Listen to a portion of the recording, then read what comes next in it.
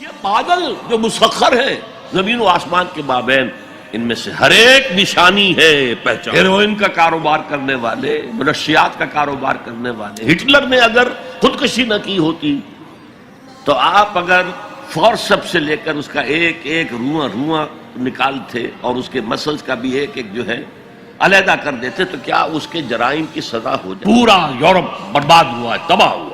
خود اس کا ملک جو ہے وہ سب سے زیادہ تباہی کا جو ہے وہ نشانہ بنا، ہزاروں لاکھوں انسانوں کو گمراہی کی طرف دھکیل دی۔ ایک دنیا، ایک عالم اور ہونا چاہیے، اور وہ ابدی ہونا چاہیے تاکہ پوری بھرپور سزا ملے اور پورا بھرپور اجر دیا جا سکے۔ کہ سب سے پہلے ایمان باللہ وہ کلیتاً فطرت پر ہے۔ اسی لیے کانٹ نے یہ ثابت کیا، ایک کریٹیک آف پیور ریزن اس کی کتاب، جس نے ہنگامہ پیدا کر دیا تھا پورے یورپ میں۔ اس وقت تک کرسچینٹی ڈومیننٹ تھی اور مذہب ایک اہم عنصر تھا انسانی زندگی کا۔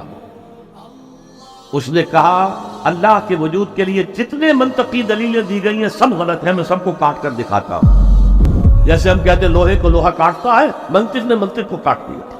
There's no logical reason to prove the existence of God. A critique of pure reason، میں نے کہا تھا pure reason، عقل خالص جو فطرت سے رہنمائی نہیں لے رہی۔ وہ فلسفہ جو ہے اس کی منزل کیا ہے؟ گنوسٹسزم یا اسکیپٹسزم، لا ادریت یا ارتیاقیت۔ پھر اس نے ایک کتاب لکھی بعد میں، کریٹیک آف پریکٹیکل ریزن۔ اس نے کہا کہ عملی طور پر انسان اخلاق حسنہ اختیار کر ہی نہیں سکتا جب تک کہ خدا کو نہ مانے۔ یہ نیسیسٹی ہے انسان کو کہ مانے۔ علامہ اقبال نے اس کو تسلیم کیا ہے، کانٹ کے اس دعوے کو۔ وہ ان کی کتاب ہے reconstruction of religious thought in Islam, کہ کوئی منطقی دلیل خدا کے وجود کو ثابت نہیں کر سکتا۔ متکلمین نے کوششیں کی ہیں، لیکن دلیل کو کاٹ دیتی ہے، منطق کا توڑ کر دیتی ہے۔ وہ صرف قرآن نے لفظ آیت استعمال کیا جو میں نے بیان کیا۔ اس کائنات میں ہر شے اللہ کی نشانی ہے۔ جیسے آپ کو اپنے کسی دوست کی دی ہوئی کوئی شے دیکھتے ہی دوست یاد آ جاتا ہے، ایسے ہی آفاق و انفس میں اللہ کی نشانیاں، تمہارے اندر بھی اللہ کی نشانیاں ہیں۔ ذرا توجہ کرو، آفاق کو دیکھو، کھول آنکھ، فلک دیکھ، زمین دیکھ، فضا دیکھ۔ افلا ينظرون الى الابل كيف خلقت والى السماء كيف رفعت والى الجبال كيف نصبت والى الارض كيف سطحت فذكر انما انت مذکر۔ کیا یہ دیکھتے نہیں، غور نہیں کرتے اونٹ کو کیسے پیدا کیا گیا، کتنا اپنے ماحول کے ساتھ مناسبت رکھتا ہے، 7 دن نہ کچھ کھانے کو ملے نہ پینے کو ملے، اسے کوئی پرواہ نہیں۔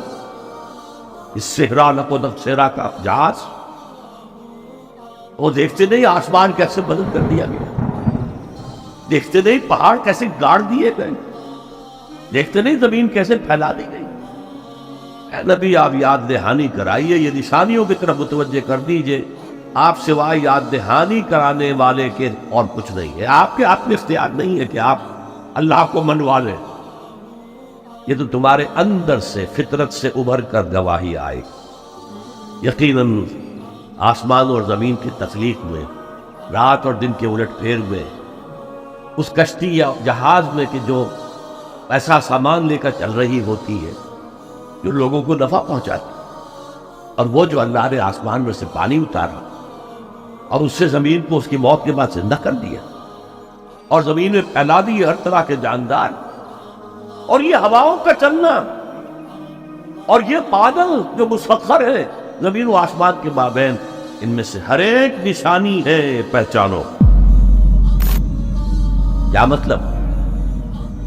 تم نے کسی مصور کی تصویر دیکھی، تعریف تصویر کی کرتے ہو یا مصور کی کرتے ہو؟ مصور کا کمال ہے، تصویر میں کیا ہے؟ ہاں وہ اپنے منہ سے بول رہی ہے، اپنی زبان آن سے اپنے بنانے اپنے مصور کی تعریف کر رہی ہے۔ تو کائنات کا ذرہ ذرہ اللہ تعالیٰ کی نشانیوں پر ہے۔ یہ جو سبز درختوں کے پتے ہیں، ایک نگاہ ہوشیار جو کہ ان کی حقیقت کو پہچان سکے، اس کے نزدیک ہر پتا معرفت کردگار کا ایک بہت بڑا دفتر ہے۔